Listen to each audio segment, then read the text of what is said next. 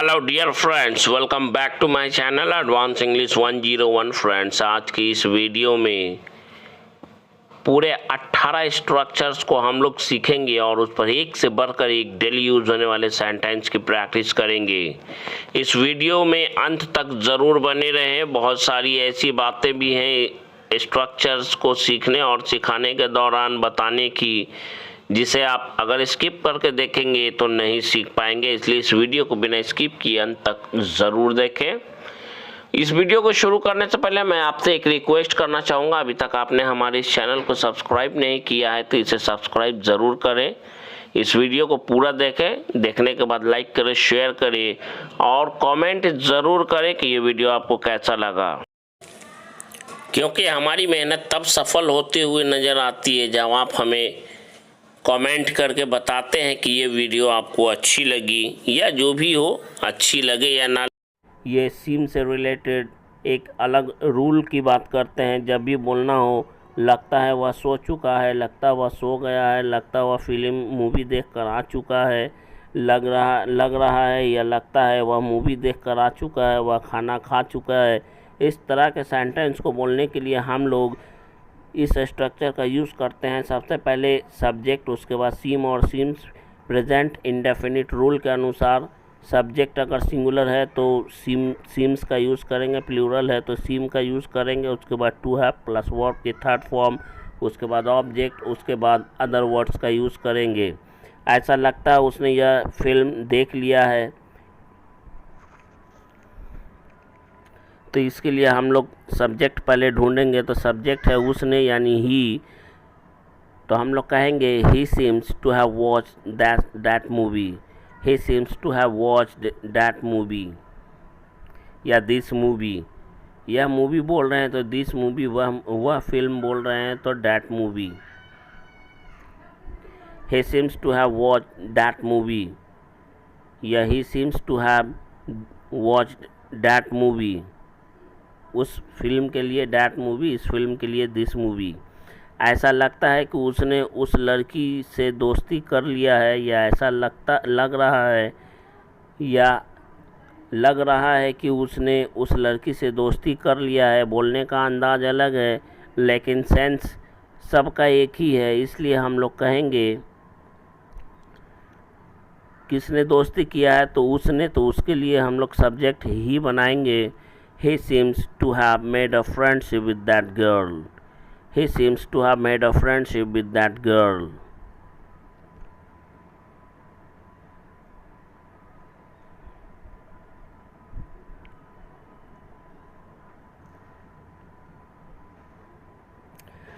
Make a friendship का मतलब होता है दोस्ती करना, और यहाँ पे make की थर्ड फॉर्म made होती है, इसलिए made a friendship with that girl का यूज़ हुआ है। He seems to have made a friendship with that girl. लगता है उसने अपनी गलती को सुधार लिया है। किसने सुधार लिया है? उसने, यानी इसको जब सब्जेक्ट बनाएंगे तो ये हो जाएगा ही।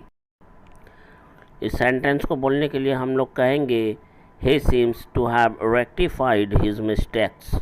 Rectify one's mistake का मतलब होता है अपनी गलती को सुधारना। रेक्टिफाई मिस्टेक का मतलब होता है गलती को सुधारना। He seems to have rectified his mistakes. लगता है तुम मुझे अब भूल चुके हो, तो तुम भूल चुके हो तो यहाँ पे सब्जेक्ट बनेगा you seem to have forgotten me now. You seem to have forgotten me now.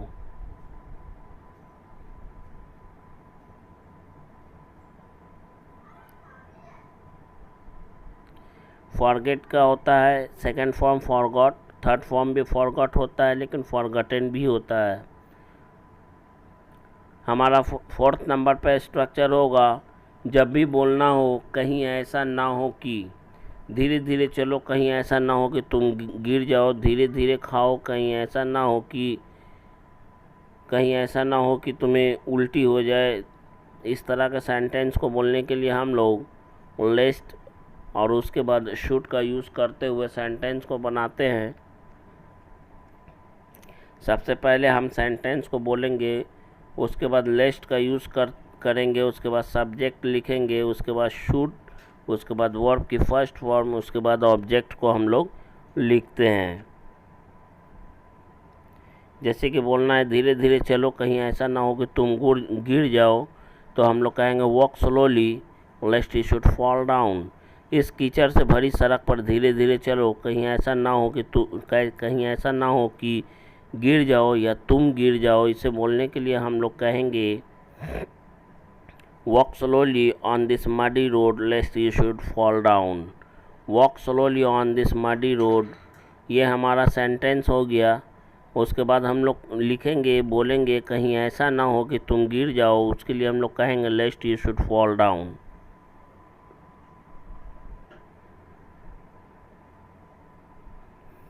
Next हमारा सेंटेंस है, थोड़ा ज़ोर से बोलो, कहीं ऐसा ना हो कि फेंट वॉइस होने के कारण सर तुम्हें फ़ाइन लगा दें। फेंट वॉइस का मतलब होता है दबी हुई आवाज़, धीमी आवाज़। इसके लिए हम लोग कहेंगे speak a little louder lest sir should charge you fine because of being faint voice. Speak a little louder lest sir should charge you fine because of being faint voice.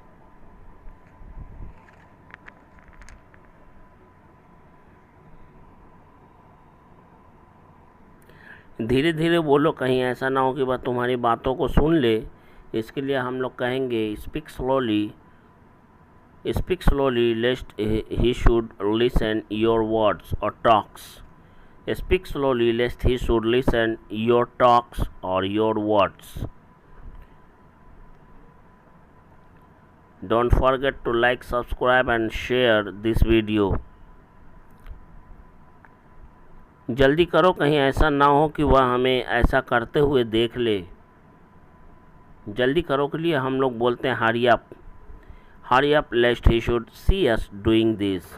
Doing this, यहाँ पे doing this का मतलब हो गया करते हुए। सी us doing this, ऐसा करते हुए देख ले। Lest he should see us doing this, कहीं ऐसा ना हो कि वह हमें ऐसा करते हुए देख ले।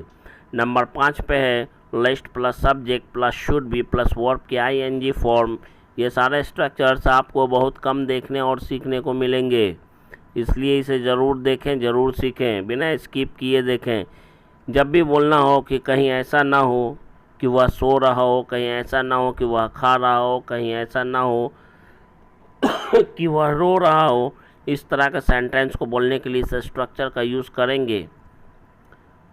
जैसे पहला सेंटेंस, दौड़ कर या जल्दी से उसके पास जाओ। इसके लिए हम लोग रश वर्ड का यूज़ करते हैं। दौड़ कर जाना या जल्दी से जाना, लपक कर जाना, झटक कर जाना, रश। तो दौड़ कर जाओ, कहीं ऐसा ना हो कि वह तुम्हारी गर्लफ्रेंड को भगा कर कहीं ले जाने की तैयारी कर रहा हो। Rush to him lest he should be preparing to elope your girlfriend. Elope का मतलब होता है भगा कर ले जाना। चलो वहाँ चल कर देखते हैं, कहीं ऐसा ना हो कि वह बच्चों के साथ मैदान में खेल रहा हो। इसके लिए हम लोग कहेंगे लेट अस गो देयर या let's go there and see him lest he should be playing with children in the field. Let's go there and see him, चलो वहाँ चल कर देखते हैं, उसे देखते हैं। कहीं ऐसा ना हो कि वह कहीं और जॉब कर रहा हो। Lest he should be doing job somewhere else. Somewhere else का मतलब होता है कहीं और। कहीं ऐसा ना हो कि वे लोग उसकी पिटाई कर रहे हो। Lest they should be beating him. Lest they should be beating him. Video अच्छा लगे तो लाइक ज़रूर करें, शेयर करें और कमेंट करना तो बिल्कुल ना भूलें। और सीखने को कुछ मिल रहा है तो इस चैनल को सब्सक्राइब ज़रूर करें। आज तुम्हारे भाई ने अपना होमवर्क कंप्लीट नहीं किया है, इसके लिए हम लोग कहेंगे today your brother has not completed his homework lest he should be crying there. कहीं ऐसा ना हो कि वह वहाँ रो रहा हो। चलो चल कर उसे देखते हैं। Late us go and see him. चलो चल कर वहाँ उसे देखते हैं। कहीं ऐसा ना हो कि वह खाना खा रहा हो या खाना खा रहा हो। Lest he should be eating food. Let us go and see him lest he should be eating food. होंगे जो आपके स्पोकन इंग्लिश में 4 चांद लगाने का काम करेंगे। चलिए शुरू करते हैं आज का ये वीडियो। प्रेजेंट के लिए इज़ का यूज़ करेंगे और पास्ट के लिए वॉज का यूज़ करेंगे। इट इज़ या it was a great privilege to plus verb की फर्स्ट फॉर्म प्लस ऑब्जेक्ट जब भी बोलना हो। बड़े सौभाग्य की बात है या बड़े सौभाग्य की बात थी या बड़े खुशनसीबी की बात है या बड़े खुशनसीबी की बात थी। पहला सेंटेंस है, तुम्हें गाते हुए सुनना मेरे लिए सौभाग्य की बात थी। It was my privilege to hear you singing. भारत के प्रेसिडेंट से मिलना उसके लिए सौभाग्य की बात थी। It was his privilege to meet the president of India. बड़े बड़े लोगों से मिलना सौभाग्य की बात ही तो होती है। आप जैसे बड़ी बड़ी हस्तियों से मिलना मेरे लिए सौभाग्य की बात है। आप तक नहीं सीखे होंगे लेकिन आज के बाद बोलना आप सीखेंगे। It is a great privilege for me to meet great personalities like you. उस सम्मेलन में शामिल होना हमारे लिए बड़े सौभाग्य की बात थी। सम्मेलन यानी कॉन्फ्रेंस या meeting. It was a privilege for me to join this conference or attend this meeting.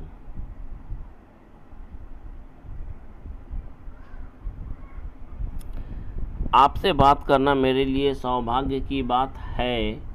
It's my privilege to talk to you. It's my privilege to talk to you. ये वीडियो अगर आपको अच्छा लगता है तो आप इसे लाइक करें, शेयर करें, सब्सक्राइब करें और कमेंट ज़रूर करें।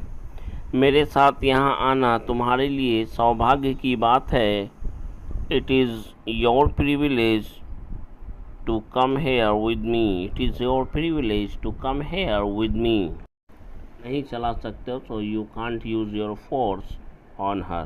तुम्हारा किसके साथ चक्कर चल रहा है। have an affair का मतलब होता है चक्कर चलना। have an affair with someone का मतलब होता है किसी के साथ चक्कर चलना। तुम्हारा किसके साथ चक्कर चल रहा है। सभी जानते थे कि उसका चक्कर किसके साथ चल रहा था। Everyone knew with whom she had an affair. या यूँ बोल सकते हैं Everyone knew whom she had an affair with. मैं जानता हूँ कि तुम्हारा चक्कर किसके साथ चल रहा है लेकिन मैं किसी को भी नहीं बताऊँगा। I know whom you have an affair with but I won't tell even anyone. या I will not tell even anyone भी बोल सकते हैं। I know whom you have an affair with but I will not tell even else. पांचवा structure है get used to, उसके बाद verb की ing फॉर्म। जब भी आदत डालने की बात कही जाए तो इस स्ट्रक्चर का यूज़ करेंगे। या एक और एडवांस स्ट्रक्चर है develop the habit of plus verb के ing फॉर्म। दोनों में से किसी एक का यूज़ करके आप अपनी बात को बोल सकते हैं। कंप्लीट स्ट्रक्चर की बात करें तो कंप्लीट स्ट्रक्चर इस तरह से सब्जेक्ट प्लस गेट। यहाँ पे इस स्ट्रक्चर में गेट ही चेंजेबल होगा, बाकी कुछ भी चेंजेबल नहीं होगा। बाकी सारी बात को आप अकॉर्डिंग टू अपने सेंटेंस और टेंस के अनुसार आप रखिएगा। पहला सेंटेंस है सच बोलने की आदत डालो। Get used to speaking truth, सुबह सवेरे दौड़ने की आदत डालो। Get used to running in the morning. Get used to running in the morning. Get used to running early in the morning. Get used to running early in the morning. झूठ बोलने की आदत मत डालो। यहाँ पे डोंट से ये sentence बनेगा तो कहेंगे don't get used to telling a lie. Don't get used to telling a lie. Had better से बनने वाला सेंटेंस जब भी बोलना हो, अच्छा होगा तुम यहाँ से चले जाओ, अच्छा होगा तुम मुझसे बहस मत करो, तुम मुझसे बहस ना करो, अच्छा होगा कि तुम कल ही यहाँ से मुंबई के लिए निकल जाओ। इस तरह के सेंटेंस को बोलने के लिए अच्छा होगा या बेहतर होगा से शुरू होने वाले सेंटेंस के लिए हम लोग हैड बेटर का यूज़ करते हुए सेंटेंस को बनाते हैं, जिसमें वर्ब से पहले टू का यूज़ कभी नहीं होता है। ध्यान रखेंगे इस बात का। अच्छा होगा तुम मुझसे एक बार मिल लो। इस सेंटेंस को बोलने के लिए कहेंगे you had better meet him. अच्छा होगा आप वहाँ इंटरव्यू के लिए जाओ। You had better go there for interview. You had better go there for interview. अच्छा होगा तुम अंग्रेज़ी बोलना सीख लो। You had better learn to speak English. You had better learn to speak English.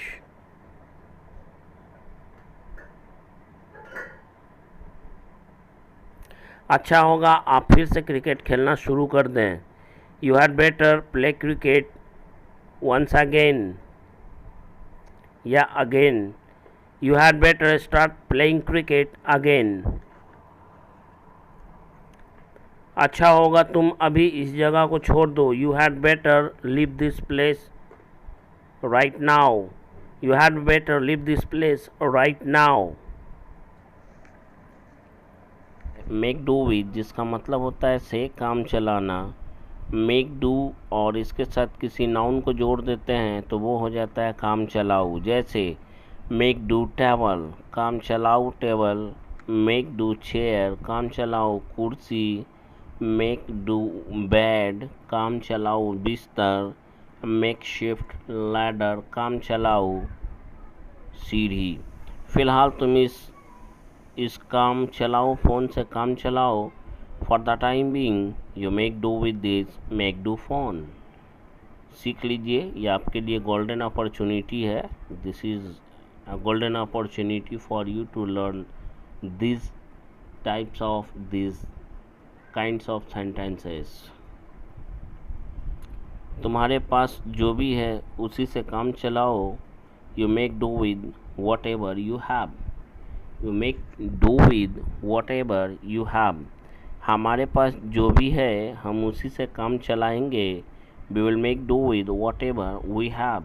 We will make do with whatever we have.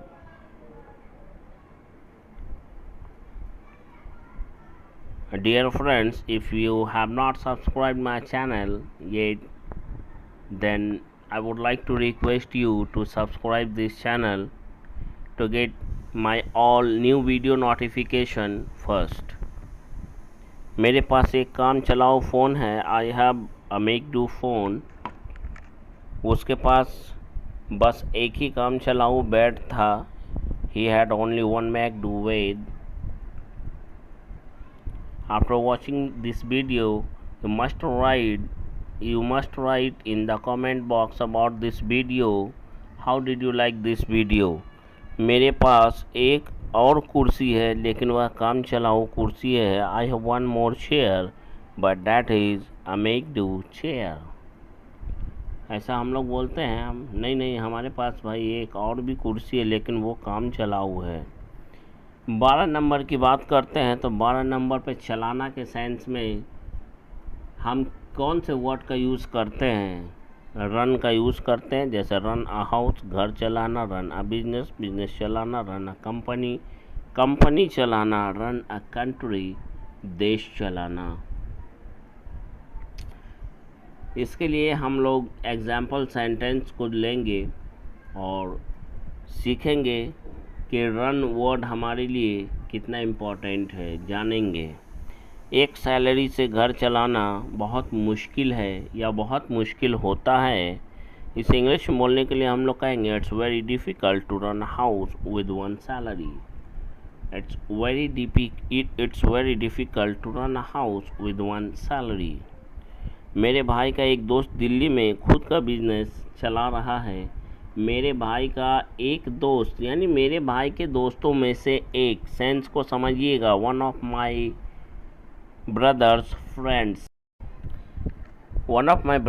Friends is running his own business in new Delhi. सिर्फ खोखली बातें करने से देश नहीं चलती। ऐसा sentence हम लोग बोलने के लिए क्या करेंगे? सबसे पहले पैसिव वॉइस में घुसना पड़ेगा हमको। बोलने वाला कौन है, चलाने वाला कौन है मालूम नहीं। पैसिव का ये सेंटेंस होगा, the country can't be run only by making hollow speeches. Consider someone more than. It's Hindi meaning is से बढ़कर समझना। लाइक हिंदी एग्जाम्पल, मैं तुम्हें अपने बेटे से बढ़कर समझता हूँ, वह तुम्हें अपने बेटे से बढ़कर समझता है, वह तुम्हें अपने भाई से बढ़कर समझता है. If you have to speak this kind of sentence or this type of sentence, you will use these structures. You will use this structure only. And first sentence is मैं तुम्हें अपने भाई से बढ़कर समझता हूँ. इसे हिंदी में बोलने, इंग्लिश में बोलने के लिए हम लोग कहेंगे I consider you more than my brother. I consider you more than my brother. वह मुझे अपने बेटे से बढ़कर समझता है. इसे इंग्लिश में बोलने के लिए हम लोग कहेंगे ही considers me more then his son. He considers me more then his son.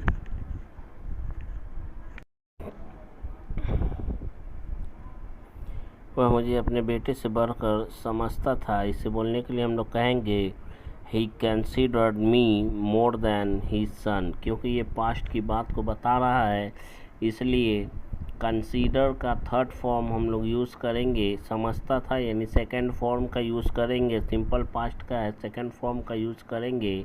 He considered me. वह मुझे समझता था. तुमने अब तक मुझे अपने भाई से बढ़कर समझा.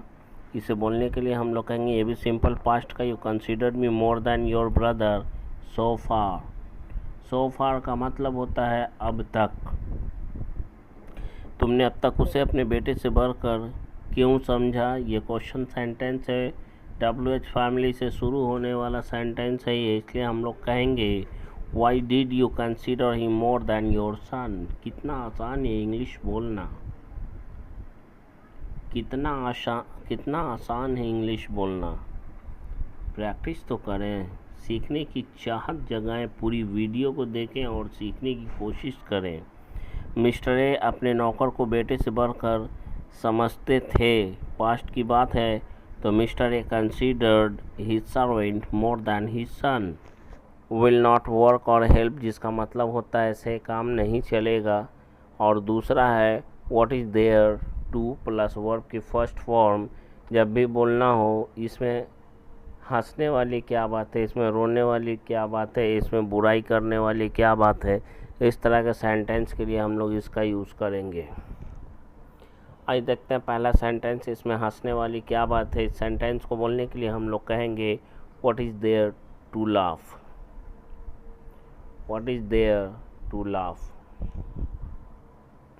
इसमें रोने वाली क्या बात है. What is there to cry. What is there to cry. रोने वाली क्या बात थी तो हम लोग इस की जगह पे वॉज का यूज़ करेंगे. इसमें गुस्सा होने वाली क्या बात है. What is there to get angry या what is there to be angry.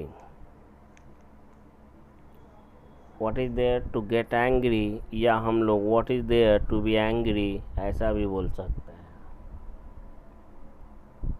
इसमें गाली सुनने वाली क्या बात है. इसमें गालियाँ सुनने वाली क्या बात है. इसे बोलने के लिए हम लोग कहेंगे what is there to be being abused. What is there to be being abused. इसमें चांटा मारने वाली क्या बात थी. इसे बोलने के लिए हम लोग कहेंगे what was there to slab.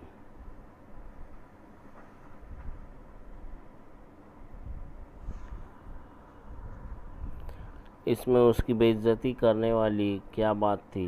इसे बोलने के लिए हम लोग कहेंगे what was there to humiliate him. Humiliate का मतलब होता है निरादर करना, तिरस्कार करना, अपमान करना, बेइज्जत करना या डिसरेस्पेक्ट भी हम लोग बोल सकते हैं. इसमें उससे मिलने वाली क्या बात थी.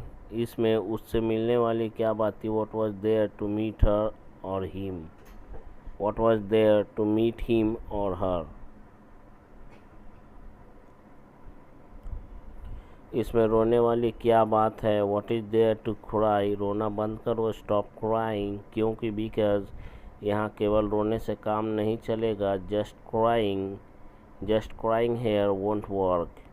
Yeah, just crying won't help or work here.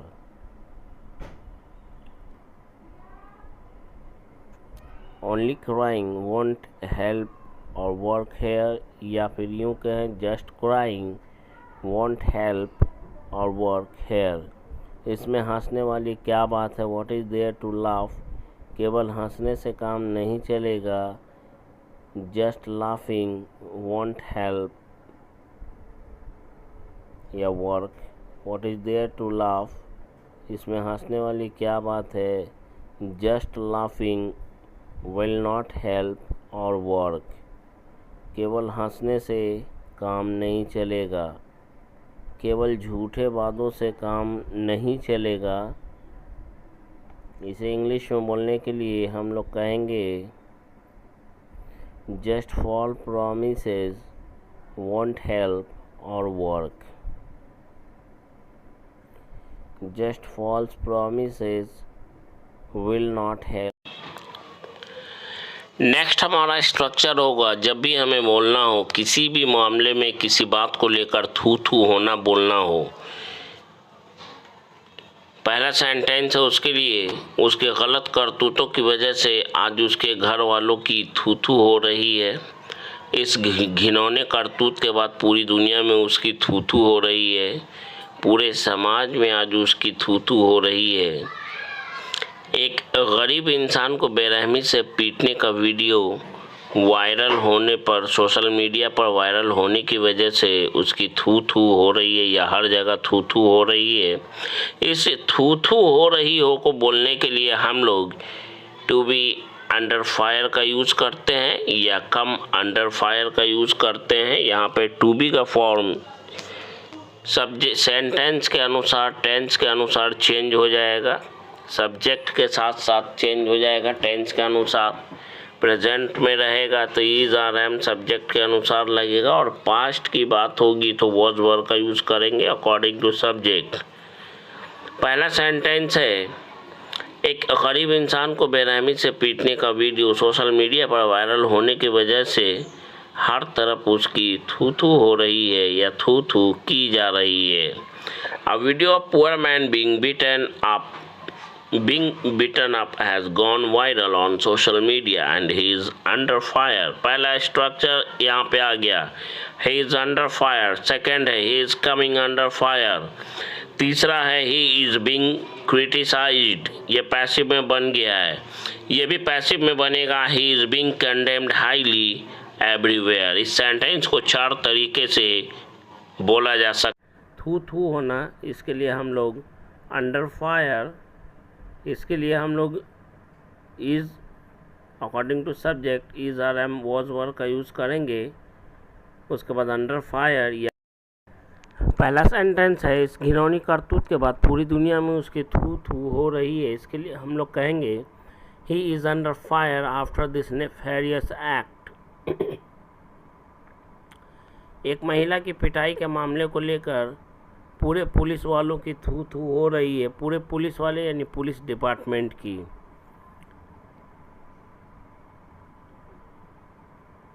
The entire police department is under fire for the case of beating a women. The entire police department is under fire for the case of beating a women. पूरे समाज में आज उसकी थू थू हो रही है. Today he is under fire in the whole society. Today he is under fire in the whole society. आज एक बेटे के नालायक हो जाने की वजह से पूरी दुनिया में उसके साथ साथ उसके माँ बाप की थू थू हो रही है. ये सेंटेंस देखने में बहुत टफ लग रहा है लेकिन बहुत हल्का है. इसके लिए हम लोग कहेंगे he as well as his parents, मतलब उसके साथ साथ उसके माँ बाप भी are under fire in the whole world because of being a son unworthy. Because of being का मतलब होने की वजह से.